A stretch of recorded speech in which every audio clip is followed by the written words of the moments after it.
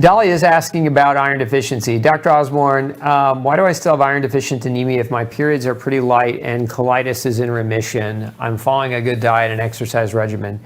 Dahlia, it's possible that you have some occult blood loss that you aren't even aware of. Occult blood loss means that you're losing blood through your stool, but you don't see blood in your stool. It's a test your doctor should be able to run very easily. Just have them run an occult stool test to see if you're losing any additional blood, because sometimes what happens is blood from the upper intestine and stomach oxidizes and it turns brown. So by the time it comes out in the stool, you don't see it. You can't detect that it's there. And sometimes people have blood loss from that area. So if you're not having heavy cycles, that could be it. It could also be that there's still something inhibiting your iron uptake. And sometimes we see post-gluten sensitivity, people have damaged their stomachs. There's still damage in the stomach, and so iron absorption is somewhat hindered. And there are a number of different tests that a knowledgeable nutrition doc should be able to run to help you navigate that. But beyond those, I would start there, and then I might also just suggest that you just could have a long-standing iron deficiency that you've got to supplement longer. Some people have to supplement longer to dig themselves out of that anemic hole. So it just depends on how long you've been gluten-free and how long you've been at the healthy diet, the no grain, no pain diet. I love that. Star says, I got No Grain, No Pain. I haven't started reading it yet. I just got it a couple of days ago. All right, Star. So now's your chance. So everybody, welcome Star to the club, right? But next time you come back, hopefully you'll be through a few chapters, and a lot of this will make better sense for you. Let's see. Barbara's asking about the lemon bar recipe that we had last week. I don't know if we can pull that up. If we can, Barbara, we'll get that put up in the feed for you. So we'll repost that link. Let's see here. Sue's asking, how do I lower my LPA? LPA, I'm going to assume you mean, Sue, because you spelled it LP capital A, but I hope I'm not making the wrong assumption, but I'm going to assume you mean LP little a, lipoprotein A. It would actually be a small a, not a big A. How do you lower it? You don't. Lipoprotein A is one of the actual true cholesterol markers that is genetic, and you're not going to bring it down with diet. I've only seen two things lower LPA, and both of them, one makes more sense than the other, but one of them is a carnivore diet. I've seen lipoprotein little a be lowered as a result of people going on a carnivore diet, but it hasn't been consistent. Like, not everybody that goes on a carnivore diet has a lowered LPA. So we don't know why that happened, but I've seen it happen a few times in people doing carnivore. The other reason I've seen LPA lower is vitamin C. So kind of what we were talking about earlier is that 5 grams of vitamin C daily, I've seen have an effect on lipoprotein A anywhere between 5 and 10 points. But if your lipoprotein A is 90 or 100, and some people's are, it's not going to 5-10 points is not that big of a dip. You really want your lipoprotein A to be somewhere under 20. Ideally, but it is a genetic marker, meaning we believe it's a genetic trait that you have less control over than many of the other parameters around cholesterol. Let's see here. Is fasting the best way to detox all the junk we ate? It's one of the best ways. I love to fast. I always fast after a holiday meal. I spend at the very least, a good 20 hours fasting after a major debacle of overeating, because I always overeat during the holidays. I eat well, but I overeat, and so I like to fast and give my gut that break. So, question about osteonecrosis. I'm going to assume that's what you mean and not osteoporosis, because osteonecrosis is a real word. But no, I've not done a full show on osteonecrosis and functional cures, but we could certainly put that in the queue coming into the future. Is fasting, let's see, I answered that one. For moderate intensity exercise, when is it best to supplement with water-soluble vitamins, before or after said exercise? After. Always better to do any kind of supplementation or eating after your workout. A lot of people go into their workout and they fill their stomach.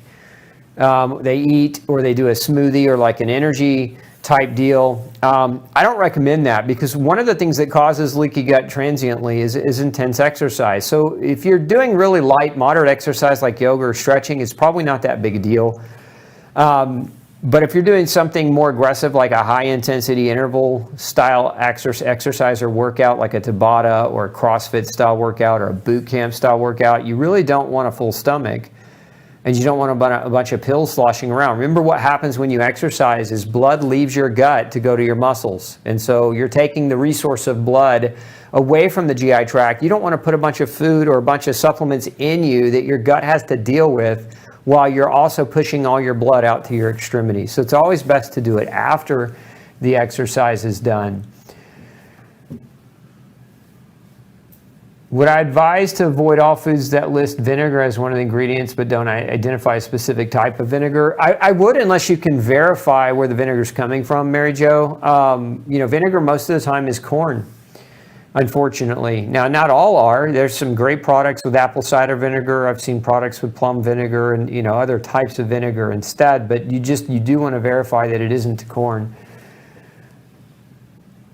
Okay. My buddy claims to be gluten-free, but he was eating cornmeal and rice. I tried to explain, but told me that he will listen to his doctor, not me. That's kind of the way of it. So, what most people have to do before they can recognize that corn and rice also have forms of gluten is they have to go through what I call the trial by fire, which is they go on their gluten-free diet or what they think is gluten-free. They don't really recover or get better, or they start getting worse in other ways. And so now they're open to the suggestion. And that's when you hand them a copy of No Grain, No Pain, and you don't ask them to listen to you. You just say, hey, look, you might benefit from reading this book, or send them to Gluten Free Society, the blog. It's free. They don't even have to buy it. They just got to go and have time and willingness to learn. As a general rule, just the time and willingness to learn. Let's see. A question from Shinquillo: is ethanol to be avoided if sensitive to gluten? Does it contain grain? So most ethanol, just like we're talking about with vinegar, is corn derivative. A lot of your ethanol, now sometimes they're made from sugar cane or other things, but they're corn or other grain derivatives. So I don't really encourage a lot of ethanol in some of the tinctures that are being produced in the supplement world. So, sometimes you can find good tinctures that have organic cane sugar ethanol, which in my opinion is a better choice. Go back up just a little bit on that side. Is colostrum safe? So some people do okay with colostrum, some people don't with gluten. And one of the reasons why is some people that are really ultra sensitive to dairy, like have a really ultra sensitivity, don't do as well with colostrum. It's actually where we would use something instead like Immune Shield. And actually the ingredients of Immune Shield, in my opinion, are much more powerful than any colostrum. Just the effect, the proteins, the immune enhancement, the immune protection is far greater than what colostrum has to offer. Does a far infrared sauna help detoxify from being gluten? Not so much. Far infrared is a great thing to do. It's a great way to help detox, but specifically from gluten, the strategy I gave you guys tonight is your best strategy. Yeah, you're not gonna sauna out the gluten, typically speaking, because what the sauna will help is it will help with the inflammation that gluten caused, but it's not going to get rid of the gluten, if that makes sense. Okay, let's go down on both sides here.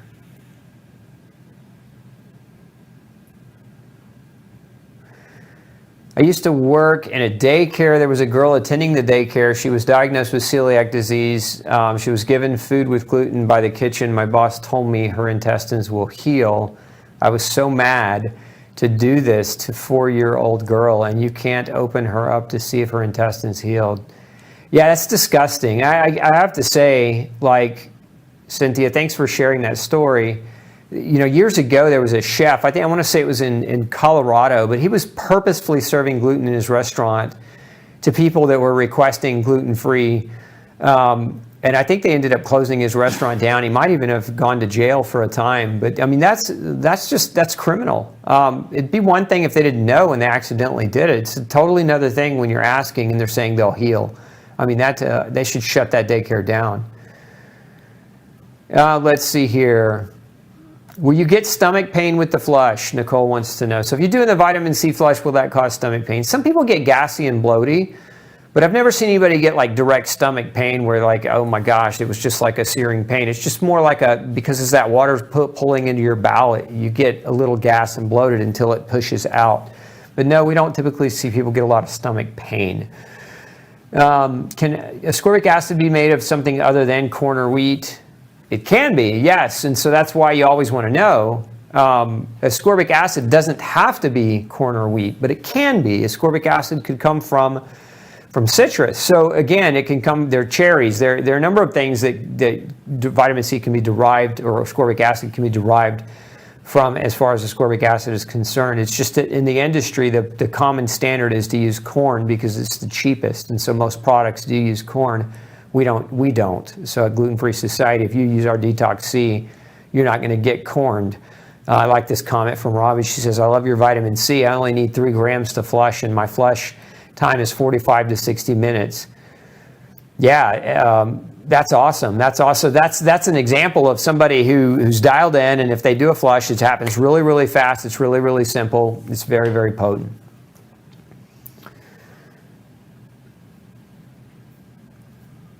Okay, let's see. Do you recommend activated charcoal for gluten-free accidents? Not really. There's no research that shows that charcoal binds gluten, and so that would be highly hypothetical to do that as a tool to bind gluten. Gluten is a protein. It has to be deactivated, which is why we recommend Gluten Shield, because the enzymes in that denature and deactivate the peptide, and that's really what you want to do with gluten. Charcoal's not going to do much for that. Now, charcoal can be helpful for a lot of other things. It's just not going to reduce your gluten exposure damage. That's the other reason why we recommend the flush. Again, it's to get it out of you, right? If there's any lingering in you, it's to get it out of you as quickly as we can. Is it true that glucose and vitamin C compete for the same transporter? Not to a huge degree. There's some competition, but not enough to worry about taking vitamin C and affecting blood sugar levels. Annette says, I struggle with not eating regular bread. I am gluten intolerant. Annette, you're in the right place. Like, if you struggle, connect with some of the folks in our forum. Join our Facebook forum. Come over to Gluten-Free Society and sign up for our newsletter. If you struggle, you've got a community here. We are gluten-free warriors. We're here to help and serve and help you overcome your struggles. Let's see here.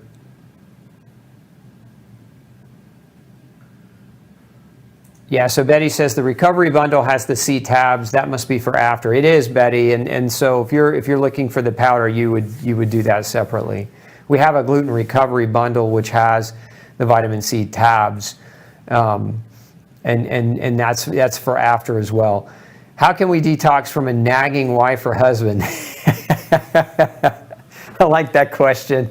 I don't know, man. You gotta resolve your nagging wife or husband in your own mind. Like, are they nagging, or are they just telling you the truth you don't want to hear? Like, that's usually in my world when my wife is, quote unquote nagging. It's usually justified. She's usually telling me something I don't want to hear, and she's usually right. So anyway, I don't know how to answer that question, but I love the humor.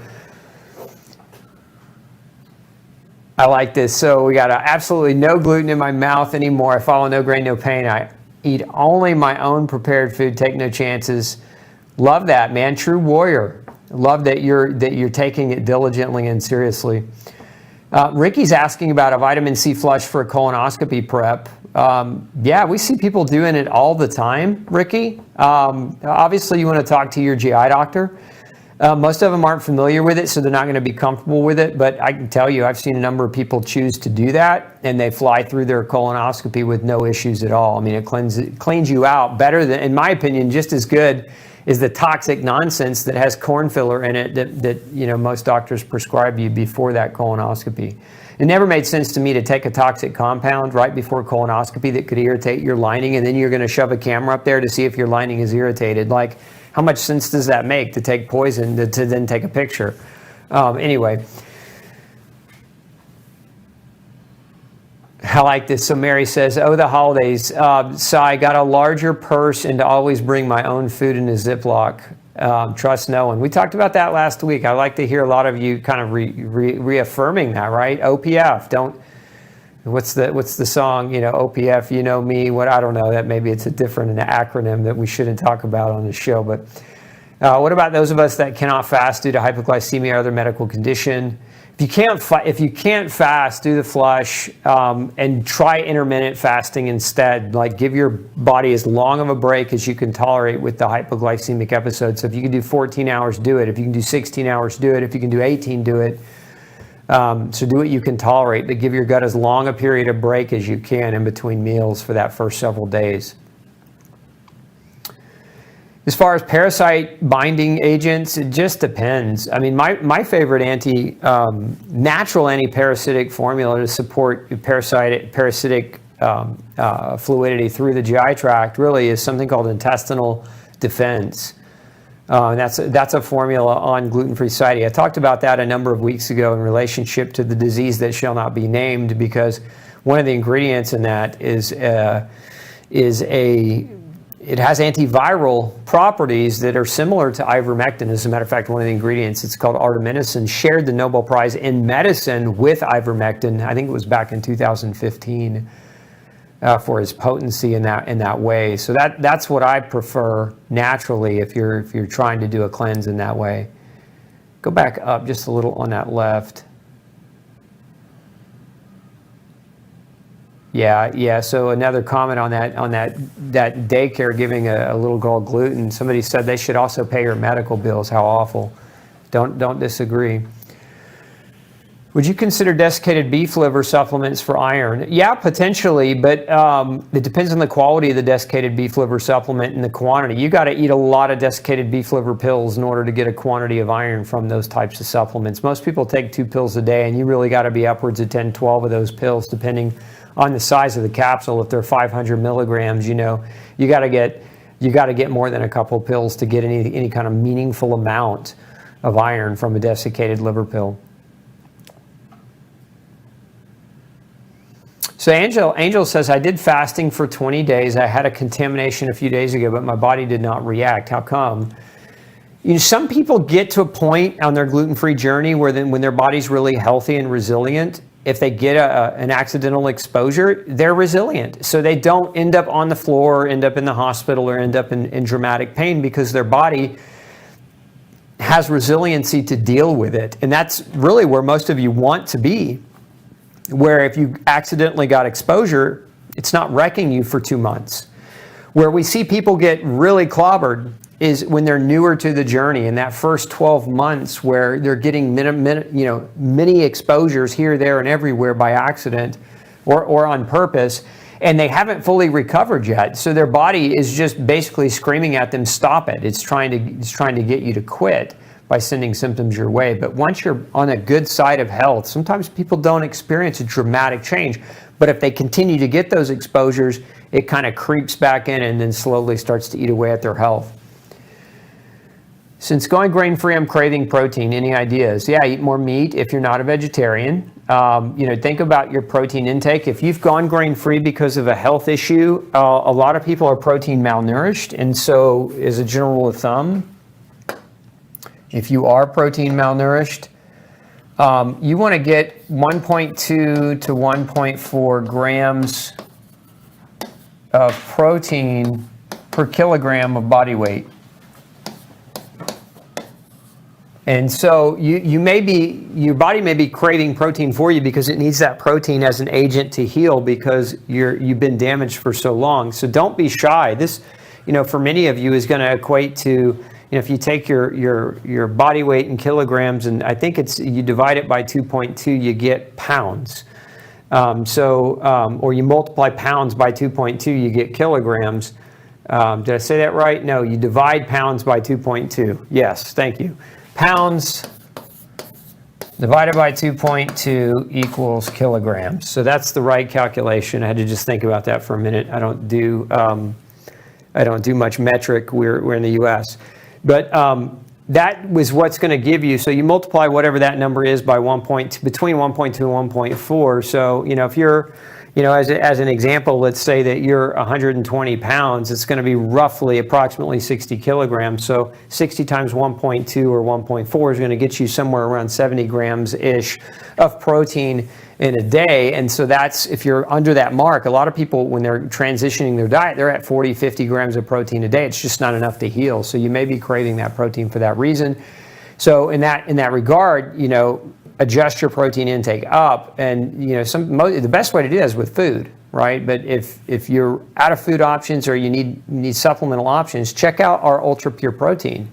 Like, it's a great beef-derived, grass-fed beef-derived protein that you can use and make a smoothie with. Let's see.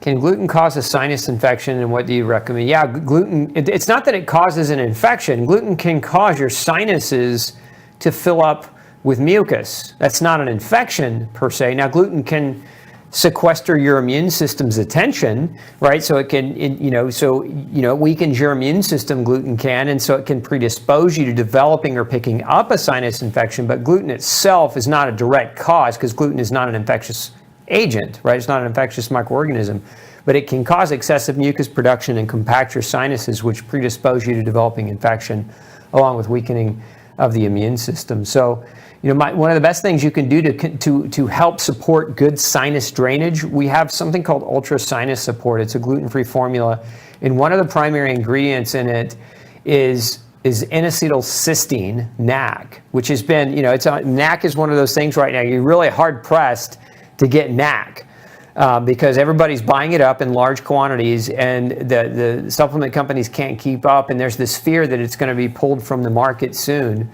But we still have it in stock. If you're looking for NAC, just go visit Gluten Free Society. But Ultra Sinus Support's a great formula to help support sinus drainage. Somebody's asking about just using modified citrus pectin. It's not a great thing to do for a flush. Like, again, you're not going to use citrus pectin. Pectin's a binder, so you're using that more as a binding agent and not to have a diarrhea episode. The vitamin C, in my opinion, is the best way to do a bowel flush, like a true flush.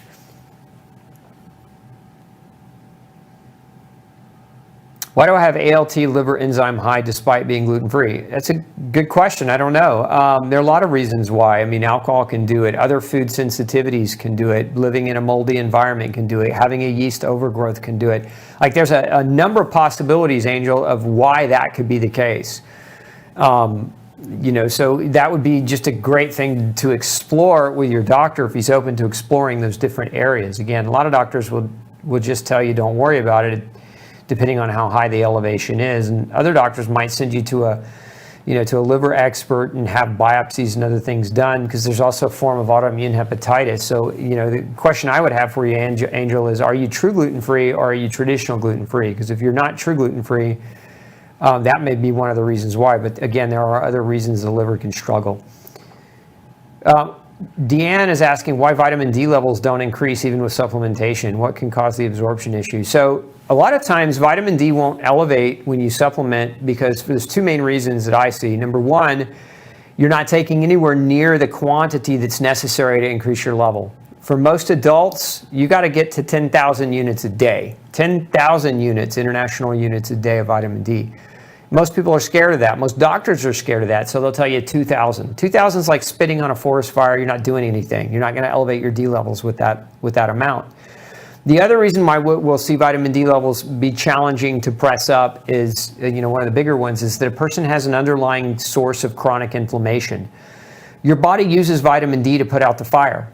And so if you're chronically inflamed, taking more vitamin D isn't going to fix the fact that you're inflamed. It might help support your body's ability to deal with inflammation, but it's not going to fix the cause of the inflammation. So you might look into, if you are inflamed, what the underlying reason as to the inflammation is. What are sources of complete proteins? Number one complete protein in the world is egg, if you're not allergic to egg. It's hands down, it's the best source of all essential amino acids present in one food. A second is meat, animal meats. So egg and animal meats are your best sources of complete protein. All of your plant-based proteins are incomplete proteins, and some are better than others. Like lentils have a more representative amino acid ratio and higher quantity than, let's say, spinach, right? Some of your vegetables. But as a general rule of thumb, beans, lentils, nuts, and vegetables are all incomplete sources of protein. The only true complete sources of protein are, number one, your egg, highest quality protein known to man, and number two is your other animal flesh. If I add some bison liver to a pot of beef bone broth, will it ruin the taste? Depends on your taste buds, Mark. It might, if you don't like liver. I personally don't like liver, and I can pick it up really easy. So for me, it would ruin the taste. But I would just say it. Taste is a relative thing. So sorry, I can't be more helpful than that. Can you detox from a clot shot? Some people out there talking about whether or not you can. I think ultimately no one knows. I mean, scientifically, nobody really knows, because here's one of the reasons: nobody really knows what's in them. We have so much evidence already of these companies lying about the ingredients, right? Hiding the ingredients, hiding the fact that was one of the companies, I think it was Pfizer, that hid the fact that there were aborted fetal cell tissue in their shot. And they lied, and we caught them. If you go to Project Veritas, which is a journalistic group that nailed them in that lie, like, we can't trust. The whole point is we don't have trust, right? It's like a relationship. If you don't trust the person you're in a relationship with, how do you detox from a bad relationship? You break it off. How do you detox from doing something to your body that you didn't want to do? Well, it depends on what's in it, and because we can't trust them to know what's in it, it's really hard for any of these people to make any great, real medical claims about how to detox. I'd say the best way that we know for the body to detox is to take great care of it, is to not pump chemicals into it, to sleep well, to eat well, to exercise, to get sunshine, to breathe clean air, to drink clean water, lots of it. And your body is, as a system, your body is one of the greatest filters ever created, right? So take care of that filter as if your life depended on it, because it does. And don't put things in that don't belong. Why is NAC better than L-cysteine? Because it's better absorbed. The N-acetyl component improves the absorption, so it's better in that way. I had a doctor tell me that vitamin D caused kidney stones. I have a problem with that. Yeah, I do too. I think that's, for the most part, vitamin D doesn't cause kidney stones at all. As a matter of fact, vitamin D deficiency causes kidney stones, because what actually happens is your parathyroid glands, when your serum calcium, so if this is your bloodstream, and if your calcium in your blood is low, your parathyroid glands will produce parathyroid hormone, okay, and that will travel to your bones, and it will take the calcium out of your bone and push it into your bloodstream. And so why would this happen? This happens because of vitamin D deficiency. So understand, low vitamin D leads to low serum calcium, which can lead to activation of the parathyroid, which can lead to leaching of calcium from the bone, which can lead to bone loss. This is like, I don't know, to me, this is elementary physiology, and if your doctor's saying the opposite, they need to go back to their textbook. Now, that being said, vitamin D, what you want to understand about vitamin D is over here in your intestine, right? Vitamin D increases calcium uptake in your intestine. So when you are eating food with calcium, there's calcium in your intestine. With vitamin D, what vitamin D allows is that calcium to be absorbed into your blood. So when your vitamin D levels are low, you don't absorb calcium from the diet, from the food that you eat as effectively, and so your blood levels become low, which then activates your parathyroid to break your bone down so that your blood never goes below a certain level of calcium, because if it does, you'll have a heart attack. Just a quick crash course on parathyroid. So taking vitamin D doesn't cause kidney stones. Taking vitamin D could actually save you from a kidney stone, because if you're using parathyroid to regulate your serum calcium, what ends up happening over time is that parathyroid pushes too much calcium into your blood. So now your blood calcium goes up, and then it has to go through your kidneys, and your kidneys will take that calcium and they will bind that calcium with an oxalate crystal in the form calcium oxalate, and that's what 90% of stones are made from. So vitamin D doesn't cause kidney stones, to put it shortly. Solita says, my vitamin D level when hospitalized in August with COVID was 109. Would you recommend that I continue to supplement? That was in August. So now what are we in? We're 3 months out, almost 4 months away from August. Get it checked again, Solita. If it, what happens right now during this time of the year, if you're in the northern hemisphere, is your vitamin D levels drop in the winter. It's a normal part of what happens this time of the year because there's less availability of sunshine and vitamin D production by UV light. So get your level checked. My advice is if you're trying to keep them up, great place to try to keep your vitamin D during winter if you're trying to really support your immune system is between 70 and 100. Now, if it's 109, that's not toxic. A lot of doctors flip out and get you worried and get you all panicked about vitamin D being 109. But that's nothing to panic about. I mean, we see people on a regular basis who supplement where their levels can go up under 100, and you can stop supplementation and those levels will come back down within days. So it's not like you got to be worried about a major toxicity.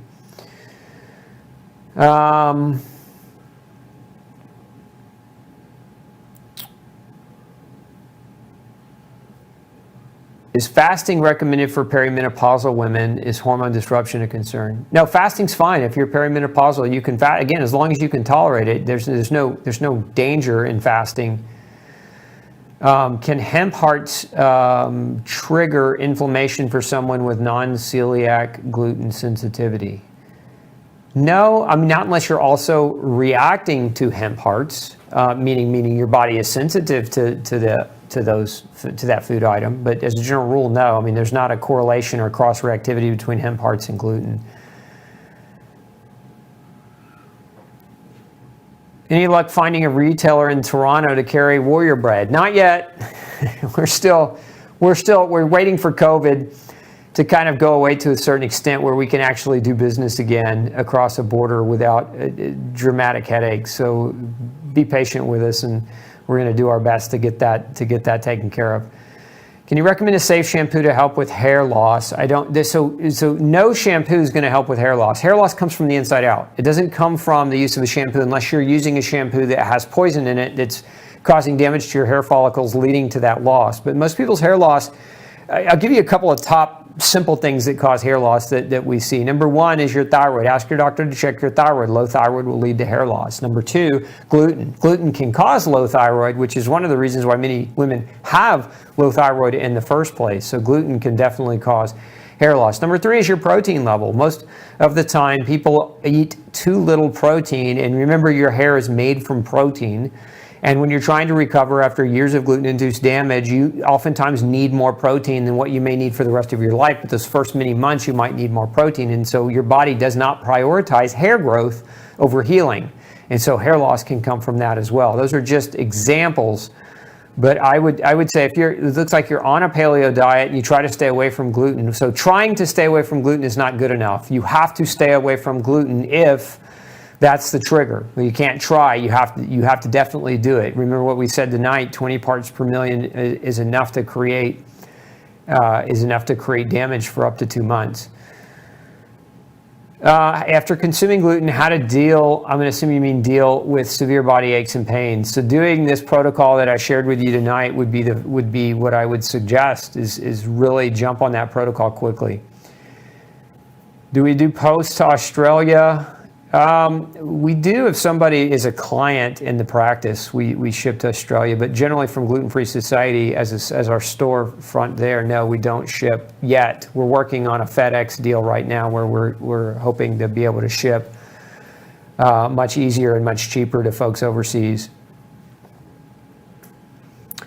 What do you think about grain-free bread? Karen wants to know, and any allergies. I love grain-free bread. We have Warrior Bread, which is a grain-free bread mix. As long as you're not allergic to any of the ingredients, it's predominantly fiber and almond flour, a little bit of coconut flour, tapioca flour. So they're really good ingredients.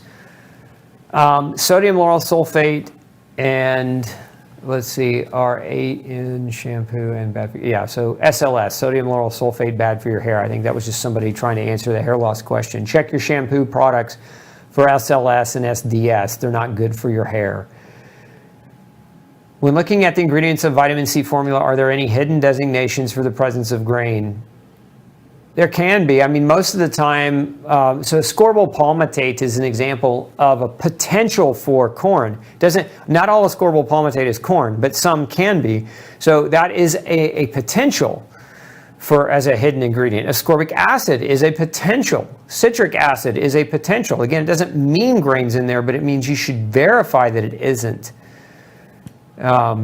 Those are the big ones. And then any other fillers. A lot of times the vitamin C, we'll see things like rice flour and, rice syrup and other garbage that doesn't belong in any supplement. But that's, what a lot of manufacturers do. They put junk in their product.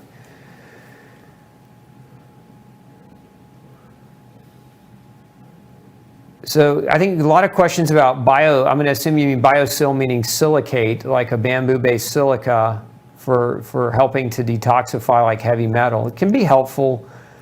It definitely can be helpful. Bamboo silica can be a valuable detoxifier, but in my experience, there are better ones than silicate. Silicate's a good natural one that is going to do a slow, steady metal detox. But if you want something a little faster but also at the same time doesn't knock you out, there are definitely, in my opinion, better options. I have a formula called Ultra Metal Detox that you might want to look at. It's got a number of ingredients in it that act as binding agents.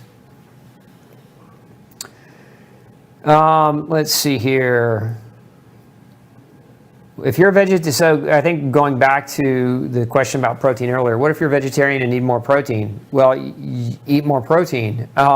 It's really that simple. Do the math. If you can't get it from the food sources, you might consider supplementation. We do have a vegan, plant-based organic pea protein, Robbie, called Ultra.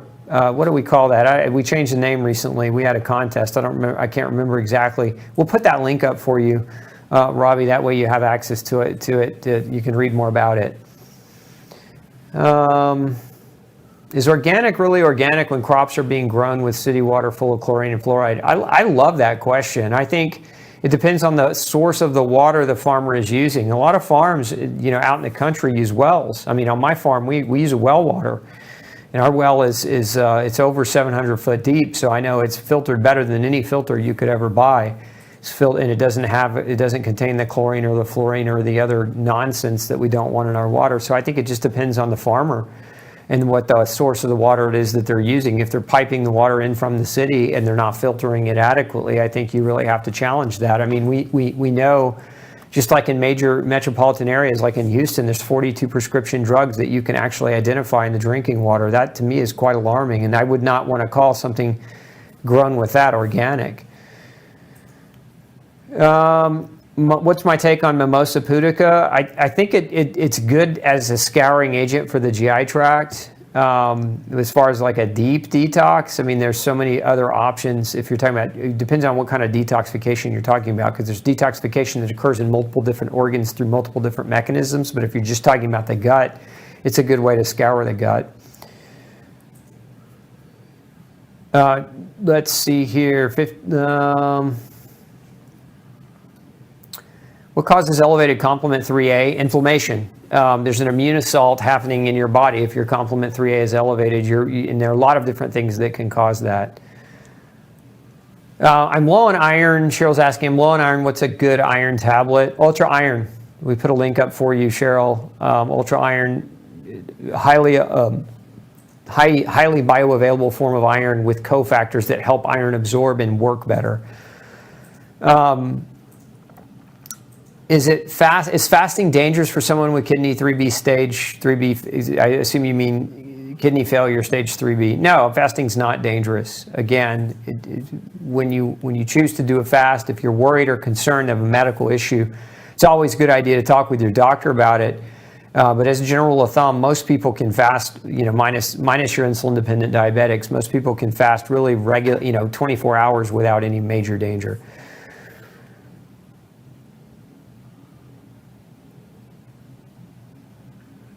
Let's see.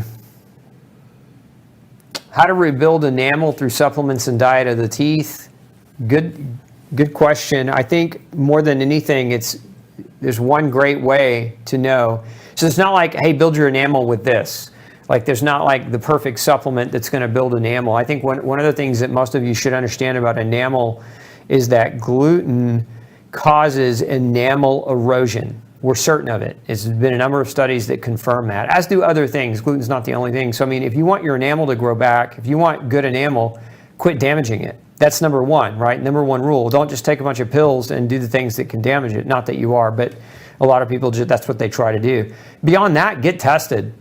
Nutritionally, get tested. Test for your vitamin and mineral levels, because there are a lot of nutrients that go into the production of enamel. The healthy production of enamel requires multiple types of nutrients. And so how do you know what you're low in? You know because you get it tested. And, when you get it tested, you don't have to guess about what to take.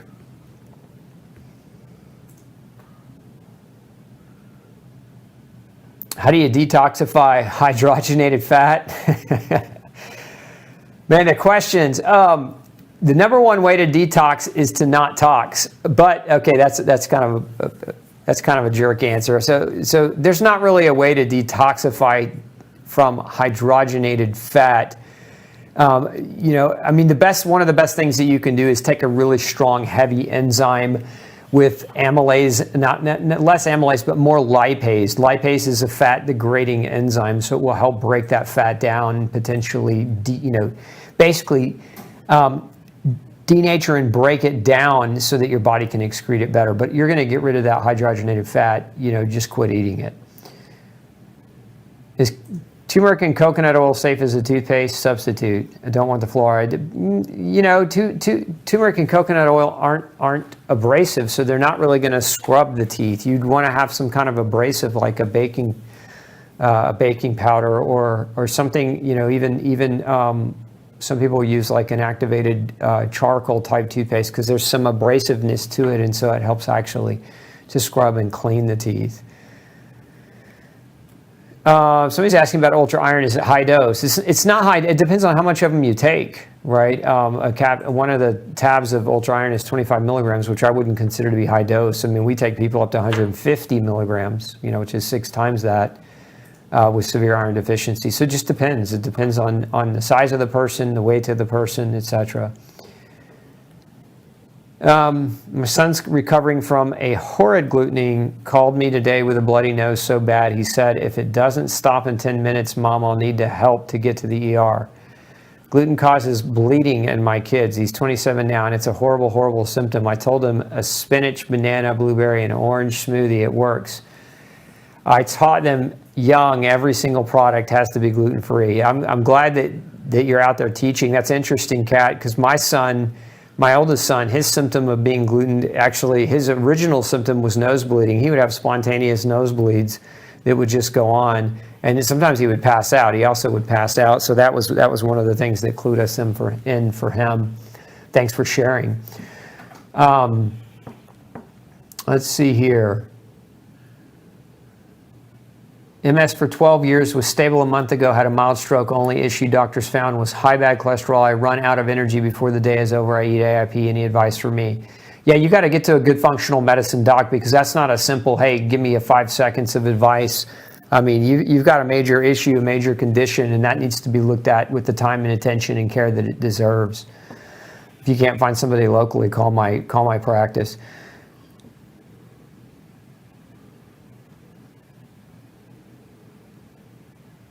Let's see here. What would cause bone loss in the mouth? Poor nutrition is the main issue for bone loss in the mouth. I think we got any more on the right side there? We covered them. That's bottom. Yeah.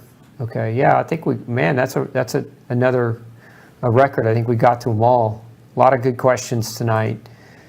All right. I'm going to go home and eat dinner. Hopefully you'll do the same thing. Spend some time with your family. We'll see you next Monday night for another episode of Pick Dr. Osborne's Brain. Thanks so much for joining me. And if you're new to the show, make sure you jump over to glutenfreesociety.org. You can subscribe to our newsletter there. That's the one way that you can get access to me uncensored. We're getting ready to move all of our platforms over there. So I'd encourage all of you, if you haven't already done it, to do that, because if you want access to Dr. Osborne, we'll just say unfiltered. You've been getting the filtered version of me for a long time for censorship. Then you definitely want to subscribe to that newsletter. So again, that's glutenfreesociety.org. We will see you next Monday for another episode of Pick Dr. Osborne's Brain. Hey, if you've got a functional medicine or health question that you'd like me to answer for you, make sure you send me an email, glutenology@gmail.com, and we'll do our best to create a video answer just for you. Have a great day.